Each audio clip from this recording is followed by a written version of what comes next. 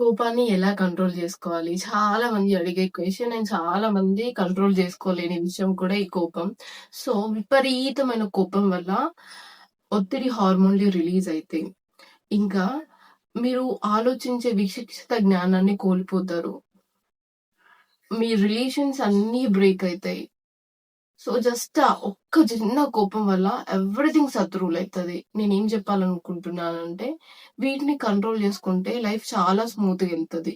And me career గూడా పెద్ద effect అయ్యేది ఏంటంటే కోపం వల్లనే. ఓకే.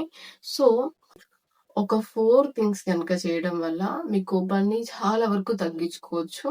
అవేంటో చూద్దాం. ఫస్ట్, కోపం వచ్చిన ప్రతిసారి గాఢంగా బ్రీత్ తీసుకొని వదిలేయండి. అండ్ సెకండ్ వన్, అక్కడ ఉండకండి. నడుచుకుంటూ ఎక్కడికైనా వెళ్ళిపోండి. నడవండి. నడుస్తూనే ఉండండి. కోపమొస్తే చాలు నడవండి. ఓకే. Next, sleep. స్లీపింగ్ చాలా అంటే చాలా ఇంపార్టెంట్. అస్సలు పడుకోరు. ప్రాపర్‌గా టైంకి నిద్ర లేకపోయినా, ఫుడ్ లేకపోయినా కడుపులో ఎక్కువ కోపమొస్తది. ఆగమాగం అయితది. సో, ఇవి కొంచెం కంట్రోల్ చేసుకొని మంచిగా ఉండడానికి ట్రై చేయండి కోపం లేకుండా.